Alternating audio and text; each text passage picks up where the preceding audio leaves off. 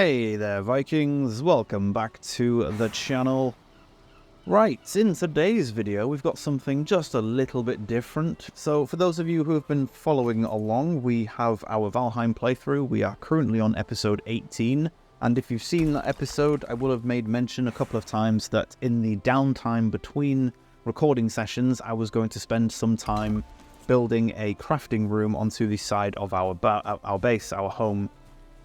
And that's what this video is for. So I didn't want to put this as part of the playthrough, as the footage is a little over 40 minutes long, and I really didn't want to upload two separate episodes for this, especially considering most of the first episode would be me cutting trees down.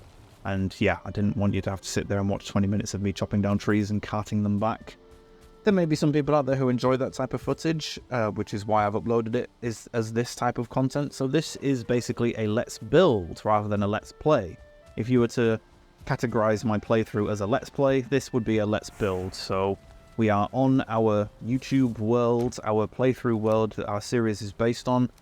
We have picked up where we left off at the end of episode 18, and we're just going to build our crafting room. We are also going to grab a bit of food and stuff. We need a lot of stamina for chopping down trees and stuff like that, so we're just going to quickly crack on with that first. And yeah, I just wanted to keep this video separate. That's pretty much the extent of why I'm uploading this as a separate video. There are people out there who might enjoy watching a let's build. There may even be people who watch the series in future and think, I really like that crafting room he's got. I want to, let's see how he built it. There you go. There's a video there for you. You don't have to watch two separate episodes of me building it. I'll have it as a separate video that I can reference in the playthrough itself. And that is something else that I was going to mention, which is for those of you who don't really want to watch this type of content, maybe you've clicked on the video thinking it's episode 19 when it's not. This will be referenced in episode 19. At the start of that episode, I will have a short section where I just go around showing you the new room and the storage and stuff like that. So this will get referenced. I will say that there is a separate video for this. I'll even put a link to this video in that video's description. So it's all going to be linked together with the playthrough, so just so you're all aware.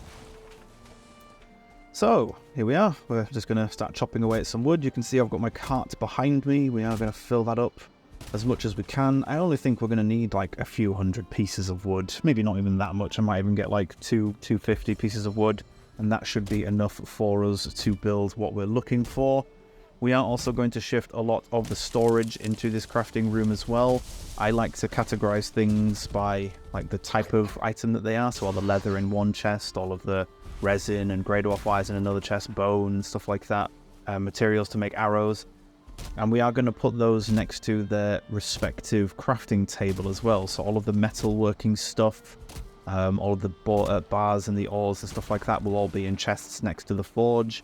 Whereas all of the leather and bone and the arrow making stuff like feathers and wood for arrows and all that kind of stuff will be in chests next to the crafting table as well. These are just some initial ideas I've had about this room that I've got going whilst we're cutting down these trees. A lot of this room is going to be subject to change. A lot of it will change over the course of the playthrough. Things will get moved around. There are some other stuff that I'm thinking of putting in this room as well, but they'll probably get moved once we have more of them. So again, this will all be spoken about in future episodes when we actually get to building these things. But yeah, for now we are just going to carry on cutting down more and more trees. I'm kind of taking my time with this one as we're cutting out all the stumps. The way I would usually do it, and the way I recommend doing it as well, is cutting down several trees at once. So instead of cutting down one tree and then going up to the log and cutting it into two bits and then going up to those individual bits and chopping those into planks, what I would recommend doing instead is knocking down all the trees that you want straight away. So maybe about 10 of them, 5 or 10 of them. Because what you want to try and do is cause a cascading effect with all the trees nearby. So as that first tree falls, it might hit other trees on the way down and cause damage to them. So then it requires less swings and less hits with your axe to chop them up. Again, it's time saving. It might only save you about 10 seconds in total, but hey, that's 10 seconds of not cutting trees. Depends on how tedious you find the log cutting in this game. I quite like it. It's in depth. It's not bad. It's just a bit time consuming, and it does get a bit tedious after you've done several hours worth of it. I mean, I'm probably on hour 600 on Valheim so far, and yeah, I can imagine a fair amount of those hours have been dedicated to cutting down trees. So yeah, for now we're just gonna, there we go, as you can see that tree came down after we knocked the first tree down, so that's the idea that I'm kind of getting at in terms of a cascade effect. It has happened a couple of times in the playthrough as well, where I've cut down one tree and several others have fallen down with it, so that is the effect we're looking for. But yeah, I'm just going to carry on cutting down these trees and gathering this wood for now.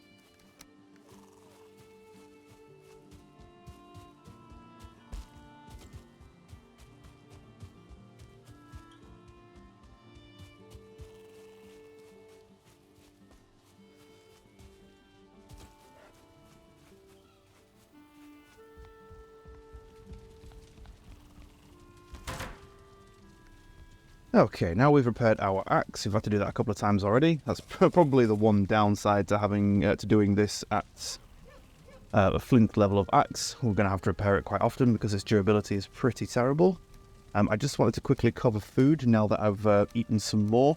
So I have briefly covered this in previous episodes, but I do want to speak about it again now because we've just had a different type of food, which is that you can probably tell the food I've just eaten, which is blueberries, yellow mushroom, and honey. These are 3 big stamina foods. These are 3 foods that will give me a decent amount of stamina. As you can tell from my stamina bar, it's friggin' massive, but my health bar is tiny. My health bar, I think, is only just over 50. Yeah, it's 51. So we don't have a huge amount of health, so if we were to get attacked by anything dangerous right now, we would be in a bit of trouble if we got hit, because our health bar is tiny. But obviously, as you can see, I don't expect to be doing pretty much any combat other than maybe a couple of greylings if they decide to wander up to us, or boars or anything like that, which at this level aren't dangerous whatsoever.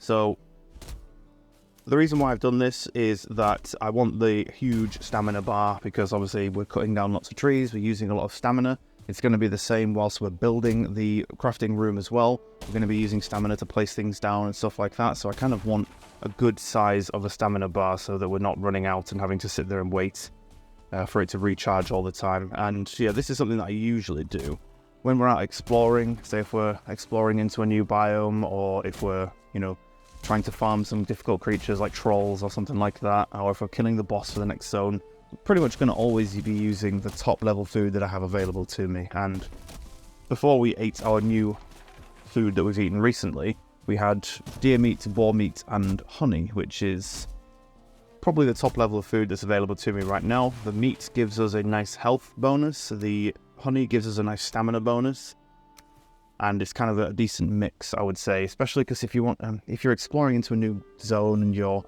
for taking on some difficult monsters and stuff like that, you're going to need a decent amount of health to survive those hits if you do take them.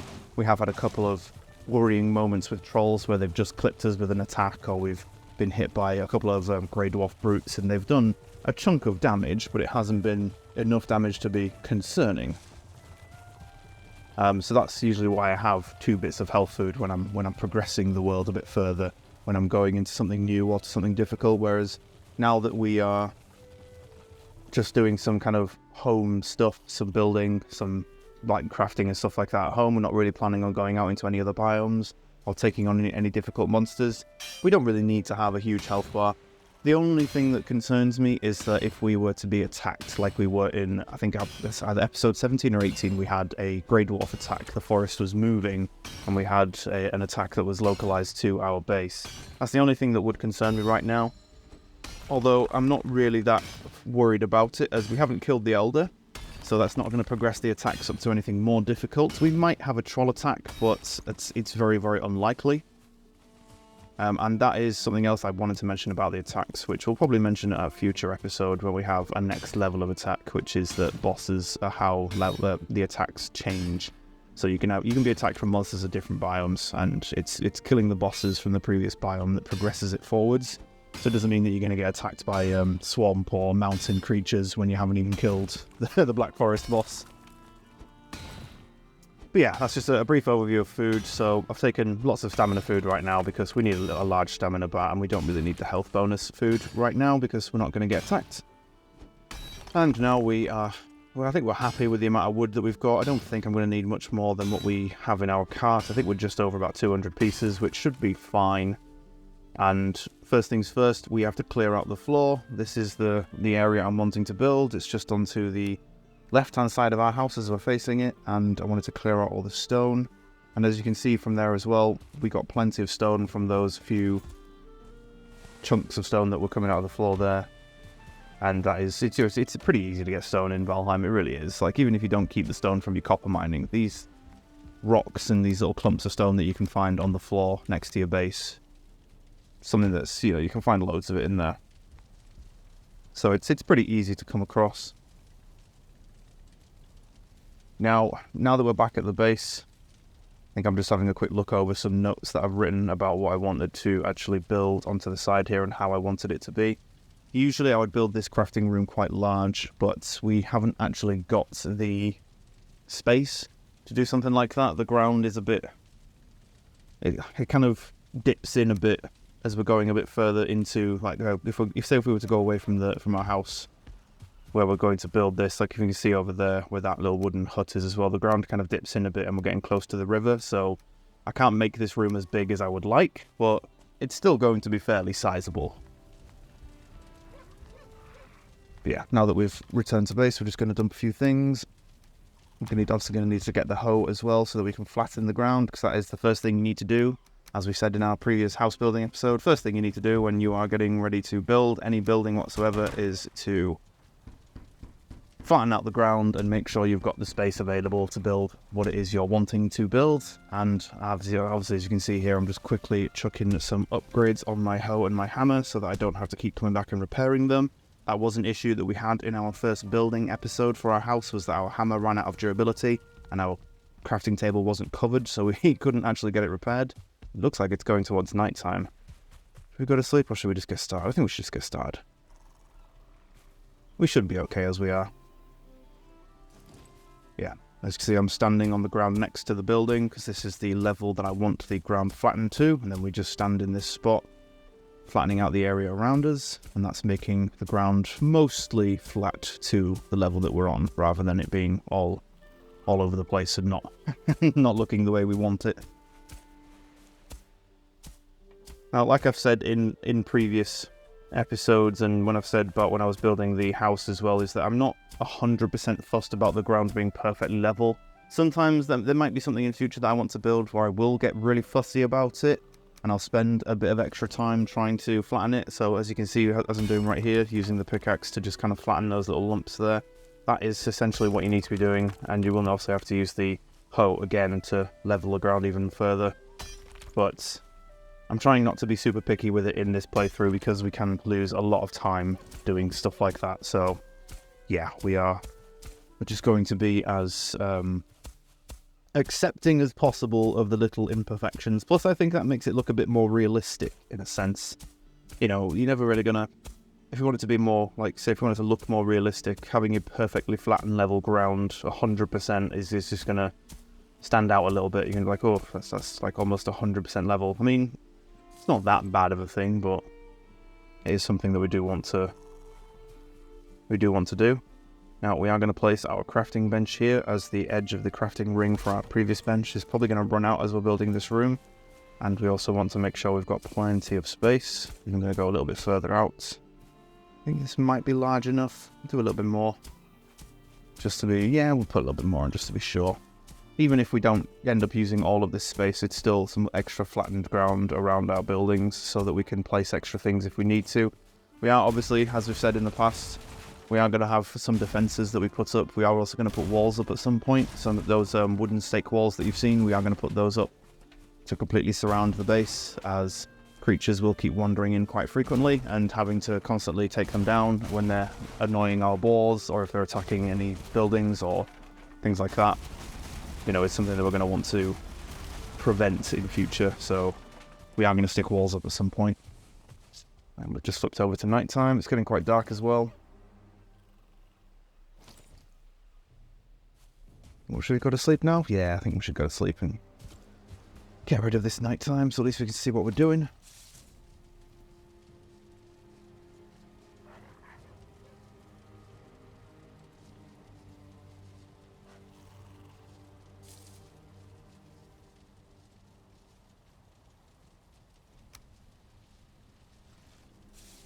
Right, start of a brand new day. I believe we should be on day 20 now. Yes, we are. Perfect. So, the first thing we are going to build is a little walkway between the two buildings. Probably going to have it there. Looks like it's roughly in the middle. We start off making it one wide and we'll see what it looks like. No, I'm not really sure whether I want it one wide or two wide. Just one wide looks like it'd save a bit more space and obviously would cut down the amount of wood I'd have to use, but two wide is a bit more practical if I want to drag the cart through, stuff like that. So we'll have a look at it one wide for now, see what it looks like. I think it's going to be too thin, but we might as well see what it looks like first, and then we can always just knock it down and build it a bit wider if we need to. Now, we are going to build a roof and a floor on this section, just because it's connecting the two buildings, and I want to make sure the weather and the rain and stuff like that can't get into the main building itself and ruin any of the floor or the wall panels. Yeah, one wide looks terrible. because it's not central with the building. It's like off center slightly, and I'm not a fan of that. So if we do it too wide, it should look just fine. Yeah, that looks a lot better already, I can just tell. So yeah, this is going to have a roof and a floor, but the main crafting room itself isn't going to have a floor. It will have roof segments on there, but the only reason we're really having the roof segments on there is just because the crafting tables require it for us to be able to actually use them fully. So that's pretty much the only reason I'd have the roofing segment on there. It's just because the tables need it. So we're only going to build a couple of sections out from the wall when it comes to the roof. We're not going to fully have it going into the middle. There's, again, a couple of reasons. The tables themselves need it to be able to, craft things on them. But it's also because in this room, I always love to put a big bonfire right in the middle of it. We haven't got access to a bonfire yet, but we will be getting it very soon. Well, I say very soon. We'll be getting it soon enough once we've progressed onwards from the Black Forest and killed the boss and gone off to the next biome. That's when we should get access to the bonfire itself. So it won't be long before we actually get that. Now, one thing I've noticed here is that the floor, I'm going to have to stand on this wooden part here. The actual ground itself, look there, you can see the end segment is red and the middle segment is orange. So the dirt floor itself isn't actually reaching up to the wooden wall segments, and using the hoe while standing on the wooden floor that we've placed down isn't raising the ground enough to actually support those wall segments. So what we're going to do instead is we're going to build some walls underneath those that go into the ground, but that should then, as you can see there, the middle and the right hand side, they are green. So they now have the support from those wall segments on the floor. It's a bit awkward, but it is because the ground is sloping. I could spend a bit of time with the hoe and some stone raising the ground to make it reach the actual wall segments themselves, so I didn't have to put these ground parts in. But yeah, that would take quite a lot of time, and we'd have to be raising the ground and mining it down and raising it and lowering it, and it'd take too long. So yeah, we're just going to stick these wall segments in. They won't stand out. They won't stand out like a sore thumb, so it should be okay. And now we're just going to continue building the wall around. We're making this one 6-sided, I believe, or no, it's not 6-sided. It will be 8-sided, I think. I know I've kept calling this one circular when I've spoken about it in previous episodes, but it's obviously it's not circular because you can't have circular buildings, not unless I was to put as many sides on it as possible, then zoom out as far as I could, then it would look a bit more circular. But I'm going to make this one, is it 6 or 8-sided? My brain can't work it out. I think it's 8-sided. So we're going to have I'm not even going to try and work out an octagonal. Is that the word I'm thinking of? I think that's the word I'm thinking of. Brain fart. Yeah, we're going to have an 8-sided room, and then we're going to have the wall segments going up. Obviously, the roof segments coming off from the sides. Now, there are obviously going to be issues with the corners when we put some of them on. Some of them are going to overlap a little bit. I'm actually going to make this one section a little bit longer. If we put 4 there instead of 3, that should look a bit better. Yeah, there we go.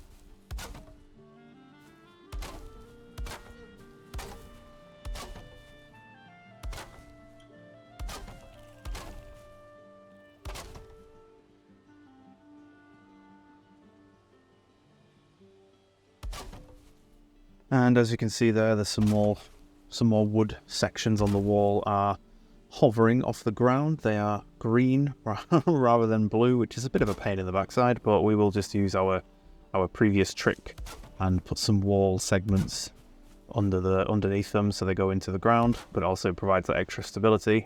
But that's not the only reason I do it. The other reason I do this is because it makes it look better, if that makes sense. Because if you were to walk up to this building from the outside once I've finished it, you'd just be able to see the wall segments near the ground were just floating, and it just wouldn't look great. Whereas if you put wall segments underneath, snapped them to the top of that segment that you're building, and then built them underneath so they're going into the ground, it may look a bit weird, like 90% of that wall is under the ground, but then at least that way it looks like it's going into the ground, like it's kind of been built that way almost, rather than having it look like the whole building's floating about 6 inches off the floor. So yeah, we're just another little trick that you can do to increase the stability of the wall sections if they're not technically connected to the floor, which is, it's a bit of a pain, but you don't have to have every single piece connected to the floor. Items and wall sections and stuff like that will take stability from surrounding objects as well. So you'll probably notice when we built the first section of wood on that first wall that we were building that was hanging off the ground, when we had the end piece was showing up as red, when we built that first wooden wall into the floor, the end section turned green almost immediately, so it was taking stability from that piece. So wall segments and roof segments and stuff do take stability from surrounding pieces as well, so you don't have to have every single piece be blue if it's connected to the wall, connected to the floor. You can have some of them come up as green if it's ever so slightly hovering off the ground and the game's considering it not actually like grounded. Again, it's a difficult mechanic to kind of get my head around. Like I've struggled understanding the stability mechanics in the game. It like the basics of the mechanics kind of make sense. Like, you know, you need to have support and struts and stuff like that when you're building tall buildings and stuff like that. You know, you need to build them out of stronger materials, and you know, it all kind of makes sense in that way. But there's like more intricacies of the mechanic itself that, yeah, I struggle to understand it sometimes. And now we're just going to go around and put around the second level now that we've got the actual skeleton frame on the ground. I'm quite happy with the way it looks. Now we're just going to add the extra bit of roof on the top. Yeah, so that wall there already looks a bit better with the sections going into the ground rather than having it floating.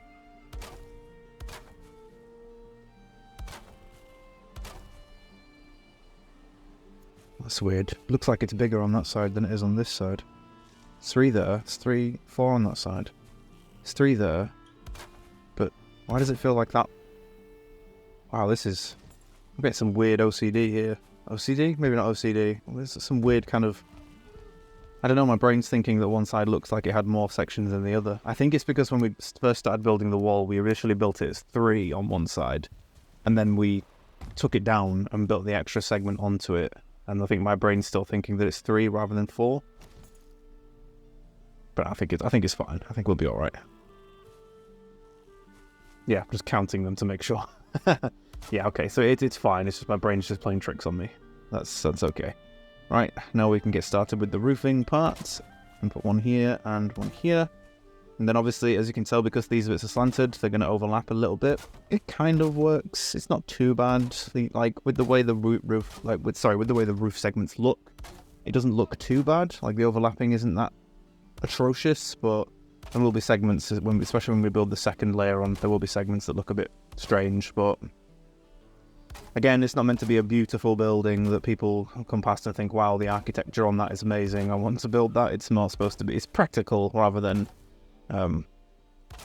beautiful, if that makes sense. Yeah, that's pretty good. We do want an extra layer on there. Now this part's going to be the awkward part, because trying to get it to, yeah, we're going to have to do it like this. Is it going to work like that? No, that's overlapping. Anyway, is that okay? Yeah, actually no, because we can then skip that. Yeah, there we go, that works.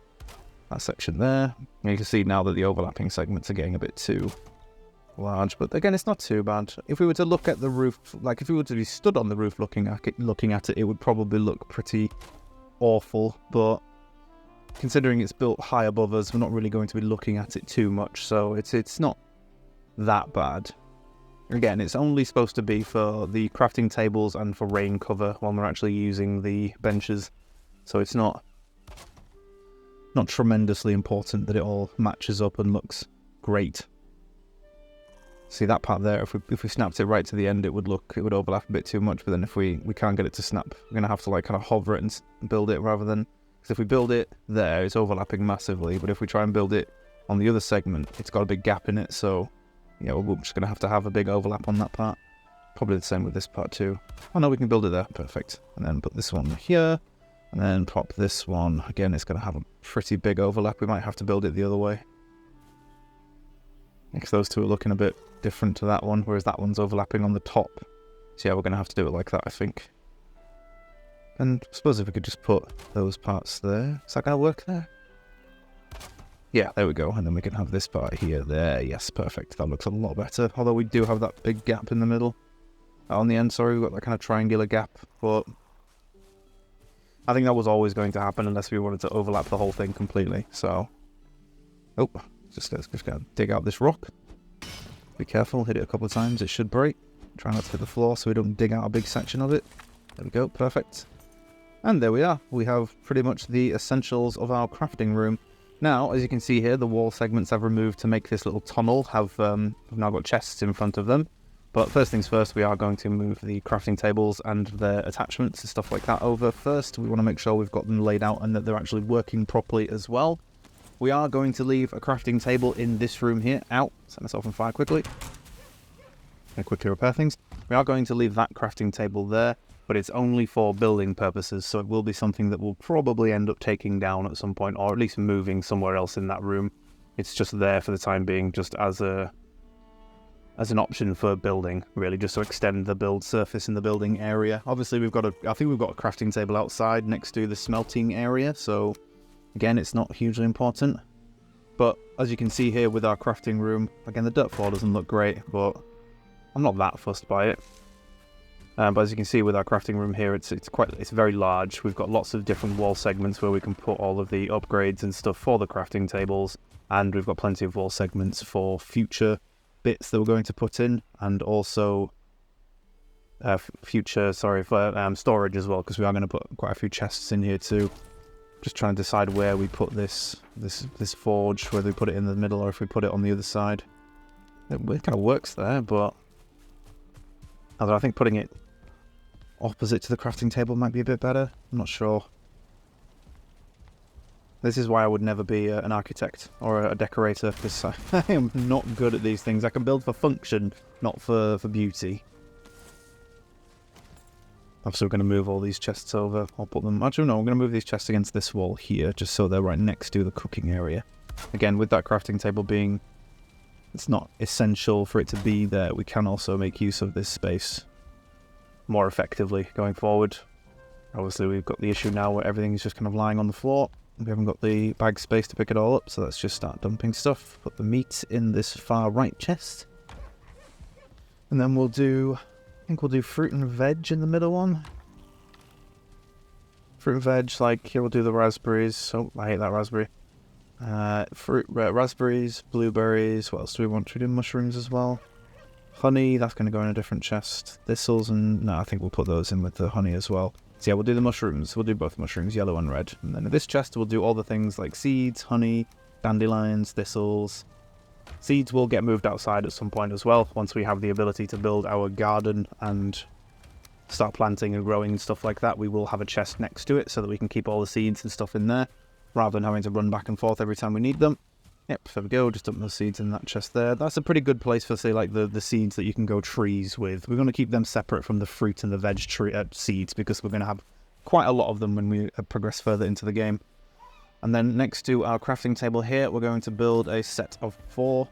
We're going to need some more wood first. Probably should have realised that. We're actually going to have a fair bit of wood left over as well, which I'm quite happy about. It means we don't have to go and farm some more when we need it next. Obviously, these 4 are going to have to get moved at some point. And we are also going to need to put down some torches too. As you can tell, it's not very well lit in this room with the cover that we now have. There is a hole right in the middle of the room for the roof, which gives us a bit of daylight, but the corners and stuff like that, the edges of the walls don't have great lighting, so we are going to stick these kind of standing wooden torches in for the time being. I mean, to be completely honest, once we've built the bonfire in the middle of the floor, we might not need these standing torches, but I might leave them as well. They are decorative as well as a light source. I can add some resin to them. Might as well fill them all up whilst we're here. This is also another good way of keeping your resin amounts lower than, obviously, because as you've noticed with my playthrough as well, we've got a couple of stacks worth of resin, and with the amount of graylings, excuse me, with the amount of graylings that we see on a regular basis, we're going to end up with a lot of resin, and grey dwarfs because they drop it as well.